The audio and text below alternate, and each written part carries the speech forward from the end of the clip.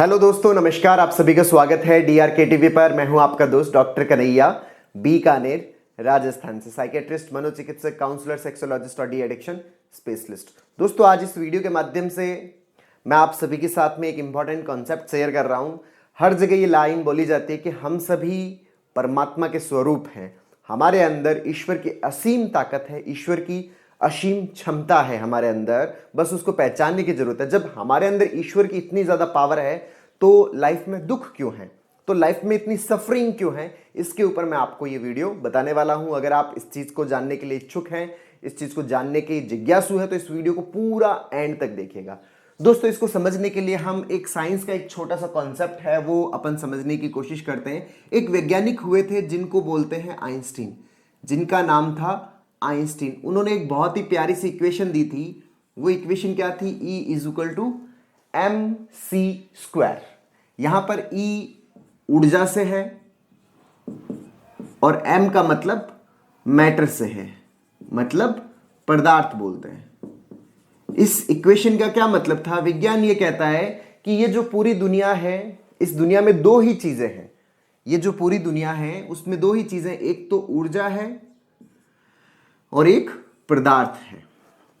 ये जो ऊर्जा है ये पदार्थ में बदलती रहती है, पदार्थ है वो ऊर्जा में बदलता रहता है। या यूं कह सकते हैं कि ये जो पदार्थ है ये इस ऊर्जा की अभिव्यक्ति है।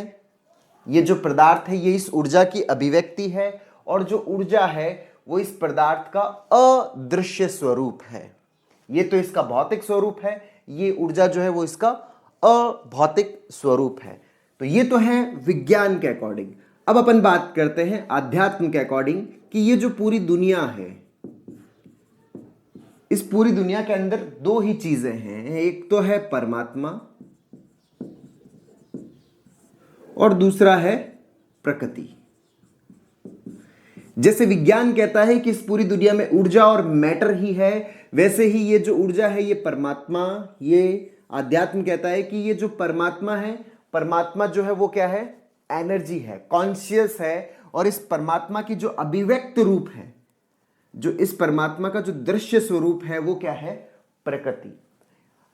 हम ये कह सकते हैं कि ये जो प्रकृति है वो तो है भौतिक स्वरूप, और जो परमात्मा है वो अभौतिक स्वरूप है। किसका? इस प्रकृति का जो अभौतिक स्वरूप है वो तो क्या है? परमात्मा। और परमात्मा का जो दृश्य रूप है, परमात्मा की जो अभिव्यक्ति है, इस एनर्जी की जो दिखने वाली फॉर्म है वो कौन सी है? प्रकृति। उसी तरह से हम जो हैं, हमारे अंदर भी दो चीजें हैं, वो है आत्मा और दूसरा है हमारा शरीर। जो आत्मा है वो अदृश्य फॉर्म है, जैसे परमात्मा और एनर्जी, जैसे विज्ञान कहता है कि जो ऊर्जा है वो अदृश्य रूप है, वैसे ही परमात्मा है वो अदृश्य स्वरूप है। उसी तरह से जो आत्मा है वो क्या है? अदृश्य, या कह सकते हैं अभौतिक स्वरूप है। और जो शरीर है वो क्या है? भौतिक स्वरूप। ये जो आत्मा है यही परमात्मा है। ये जो आत्मा है यही क्या है? परमात्मा है। ये आत्मा एनर्जी, परमात्मा भी ये सुप्रीम एनर्जी, जो ये पूरी दुनिया को जो चलाने वाली एनर्जी है वो ये परमात्मा। और विज्ञान भी यही कहता है कि ये जो पूरी दुनिया है इसको चलाने के लिए हमें किसकी जरूरत पड़ती है? एनर्जी की। आप पूरे दिन काम करते हो, आप किसी भी सिस्टम को रन करते हो, कोई भी गाड़ी चलती है, कुछ भी होता है, उन सबको चलाने के लिए हमें किसकी जरूरत पड़ती है? एनर्जी की जरूरत पड़ती है, ऊर्जा की जरूरत पड़ती है। तो हमारे पूरे शरीर को चलाने के लिए हमें किसकी जरूरत पड़ती है? एनर्जी की जरूरत पड़ती है। और वो एनर्जी क्या है? हमारी आत्मा। यहां तक तो हमें बहुत अच्छे से समझ में आया। दोस्तों, हमारे अंदर इन दो के अलावा एक और चीज है।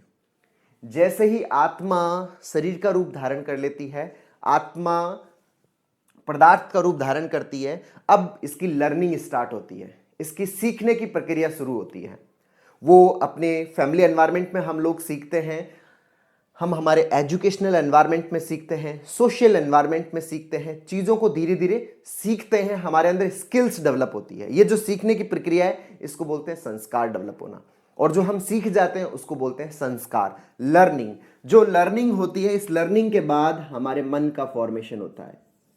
मन क्या है? जितनी भी हमने लर्निंग कर रखी होती है, जो भी हमारे फैमिली एनवायरनमेंट में हमारी लर्निंग है, हमारे पर्सनल एक्सपीरियंस से जो हमारी लर्निंग है, चाहे हमारे पास्ट में जो अच्छे अनुभव रहे, बुरे अनुभव रहे, खराब अनुभव रहे, किसी भी पर्टिकुलर ज्योग्राफी के अंदर हमने सीखा, किसी भी सोशल एनवायरनमेंट के अंदर हमने सीखा, फैमिली एनवायरनमेंट के अंदर सीखा, स्कूल के अंदर, ऑफिस के अंदर, जो भी कल्चर हमने सीखा, उस सीखी हुई चीज़ों ने हमारे मन का फॉर्मेशन कर दिया, हमारे माइंड का फॉर्मेशन कर दिया। जितनी भी सीखी हुई चीज़ें हैं वो है हमारा माइंड। अच्छा, जिन चीज़ों के अंदर हम कंफर्टेबल, जो सीख लिया उसके अंदर हम सभी कंफर्टेबल हो जाते हैं। जो सीख लिया, सीखी हुई चीज़ों में हम कंफर्टेबल हैं।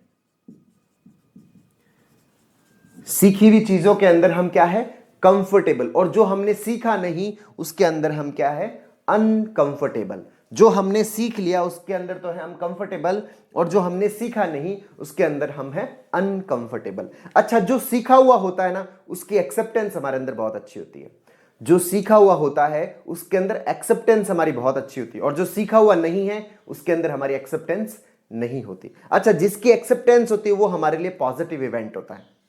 जिसकी एक्सेप्टेंस होती है वो हमारे लिए पॉजिटिव इवेंट होता है, और जिसकी एक्सेप्टेंस नहीं होती वो हमारे लिए नेगेटिव इवेंट होता है। जो पॉजिटिव होता है वो हमारे दिमाग में रुकता नहीं है, वो हमारी ओवर थिंकिंग का फॉर्मेशन करता नहीं है। लेकिन जो नेगेटिव है वो हमारे दिमाग में रुक जाता है, वो हमारे अंदर ओवर थिंकिंग का फॉर्मेशन कर देता है, एंजाइटी का फॉर्मेशन कर देता है, और धीरे धीरे वो हमें डिप्रेशन की तरफ ले जाता है। तो सारा जो प्रॉब्लम है वो प्रॉब्लम है लर्निंग का। अगर आपने लर्निंग जो है वो सॉफ्टवेयर की तरह है, लर्निंग जो है वो सॉफ्टवेयर की तरह, अगर सॉफ्टवेयर सही इंस्टॉल कर दिया तो आपका कंप्यूटर, आपका मोबाइल ढंग से काम करेगा। उसी तरह से अगर हमारे ब्रेन के अंदर माइंड का सॉफ्टवेयर, जो सबकॉन्शियस माइंड है, उसके अंदर सॉफ्टवेयर सही तरीके से इंस्टॉल हो गया तो हमारा जो माइंड है, हमारा जो मन है, वो अच्छी तरीके से काम करेगा। हमारे आसपास जो भी इवेंट है उन इवेंट की एक्सेप्टेंस हमारे अंदर बहुत अच्छी होगी, तो वो चीजें हमारे दिमाग में रुकेगी नहीं। लेकिन अगर हमारे अंदर आसपास ऐसे इवेंट हो रहे हैं जिनकी लर्निंग हमारे अंदर नहीं हो रखी,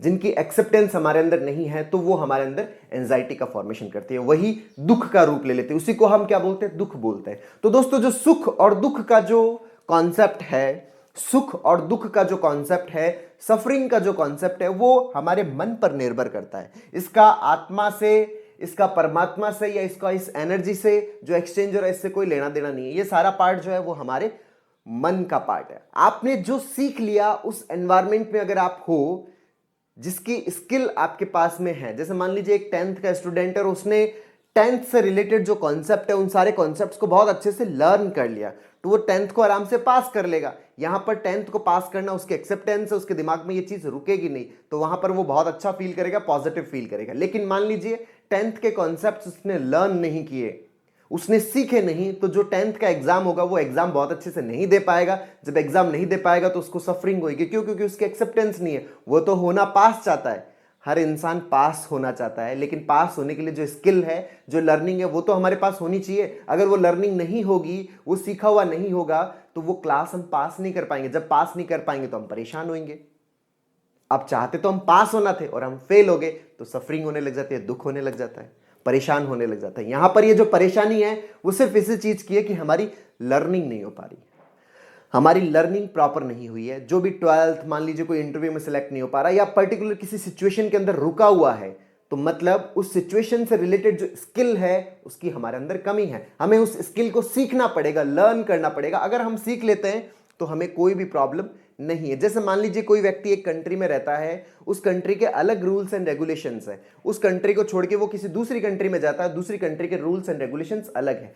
यहां पहली कंट्री के जो रूल्स एंड रेगुलेशन जो उसने सीखे हुए हैं, पहली कंट्री में वो कंफर्टेबल है, लेकिन जैसे वो दूसरी कंट्री में जाता है वहां के रूल्स एंड रेगुलेशंस अलग है, वो सीखे हुए नहीं है, तो जैसे ही वो वहां पे जाएगा वहां उसको परेशानी होगी, वहां पे सफरिंग होगी। क्यों? क्योंकि सीखा हुआ नहीं है। जो चीज सीखी हुई नहीं होती उसकी एक्सेप्टेंस हमारे अंदर नहीं होती, हम उसके अंदर कंफर्टेबल नहीं होते। लेकिन जब हम सीख जाएंगे तब प्रॉब्लम ही खत्म है। अब प्रॉब्लम शुरू यहां पर होती है माइंड के लेवल पे कि यार हमने तो इतना सीख रखा फिर भी क्यों दिक्कत हो रही है। दोस्तों, हमारी जिंदगी के अंदर जितनी भी घटनाएं अपकमिंग जो आ रही है, जैसे आज शाम को क्या होगा, कल क्या होगा, परसों क्या होगा, तरसों क्या होगा, ये हमने जिया नहीं है। और जब जिया नहीं है तो हमारी इनके अंदर लर्निंग भी नहीं है। जब लर्निंग नहीं है तो हम परेशान होते रहते हैं। हमें लगता है हम तो इतने बड़े हो गए, हमें तो सब पता है, हम सब जानते हैं, हम एकदम ठीक है।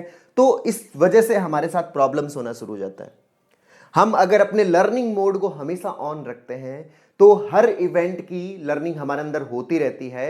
वो लर्निंग हमारे हर इवेंट को कंफर्टेबल बनाती रहती है, और जब वो कंफर्टेबल हो जाता है तो हमें प्रॉब्लम नहीं होती। दोस्तों, अपने लर्निंग मोड को हमेशा ऑन रखें। इसीलिए ये बोला जाता है कि अपने अंदर स्टूडेंट को हमेशा जिंदा रखें, क्योंकि जो लर्निंग मोड है वो आपके अनकंफर्टेबल को कंफर्टेबल में कंटिन्यूस कन्वर्ट करता रहता है। जो सीखने की जो प्रक्रिया है वो अनकंफर्टनेस को कंफर्टनेस के अंदर कंटिन्यूस कन्वर्ट करती रहती है।